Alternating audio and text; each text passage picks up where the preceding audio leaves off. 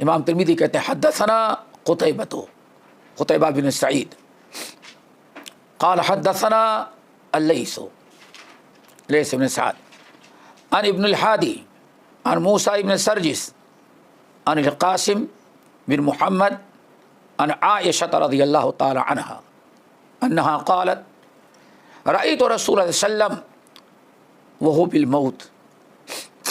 عنده قدح فيه ماء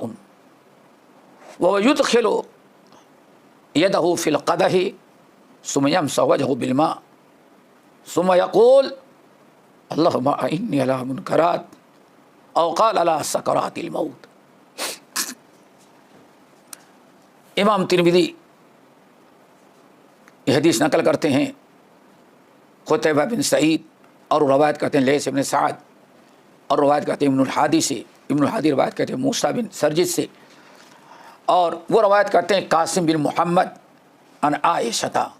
ام المؤمنین عائشہ رضی اللہ تعالیٰ عنہ سے، کہتے ہیں کہ رأیت رسول اللہ صلی اللہ علیہ وسلم وهو بالموت، میں نے نبی علیہ السلام کو موت کے وقت دیکھا، وعنده قدح فی ماء فیہ ماء، اور آپ کے قریب ایک پیالہ رکھا تھا جس میں پانی بھرا ہوا تھا. نبی علیہ السلام بار بار وهو يدخل يده في القدح، نبی علیہ السلام بار بار تکلیف سے پریشان ہو کر کے اپنے دست مبارک کو اس میں ڈبوتے تھے، پانی میں ڈالتے، پھر اس کے بعد اپنے چہرے کو ایسے گیلا کر لیتے، تر کر لیتے تھے، بار بار ایسے ہی. یہ اور آپ کہتے کیا تھے؟ پانی لیتے اپنے چہرے پر، ہاتھ میں پانی میں ہاتھ ڈالتے پیالے کے اندر، پھر اپنے چہرے کو گیلا کرتے، مسح کرتے، اور فرماتے میں نے بار بار دیکھا پڑھ رہے تھے اللہم اعنی علی منکرات او قال علی سکرات الموت، اللہ موت کی تعریف ہلکی کرتے، اللہم اعنی علی سکرات الموت، آپ بار بار دعا کرتے اللہ موت آسان کر دے، اللہ موت کی تکلیف آسان کر دے. اور ایک روایت میں آیا بار بار نبی علیہ السلام ہاتھ گیلا کرتے اور اپنے چہرے پر پھراتے اور کہتے لا الہ الا اللہ، لا الہ الا اللہ، ان للموت سکرات، ان للموت سکرات، ان للموت سکرات. ثم نصب يده فجعل يقول في الرفيق الأعلى حتى قبض ومالت يده. کہتے ہیں کہ بار بار آپ پانی میں ہاتھ ڈالتے، پھر ہاتھ نکال کر اپنے چہرے پر پھیرتے اور یہ دعا کرتے رہتے لا الہ الا اللہ، لا الہ الا اللہ، یہ کلمہ پڑھتے، پھر فرماتے ان للموت سکرات. اللہ اکبر، یقیناً موت کی بڑی تکلیف ہے،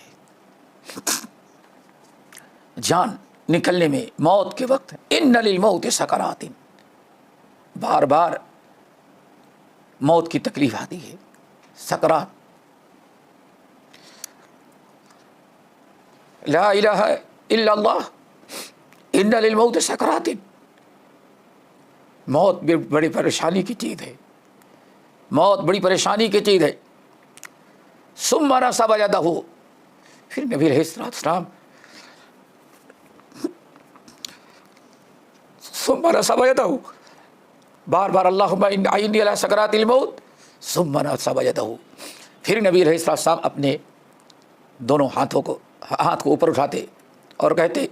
پھر رفیق الاعلیٰ، اور بعد اللہم الرفیق الاعلیٰ، اللہم الرفیق الاعلیٰ. یہ آپ دعا کر اللہ انتقال کے بعد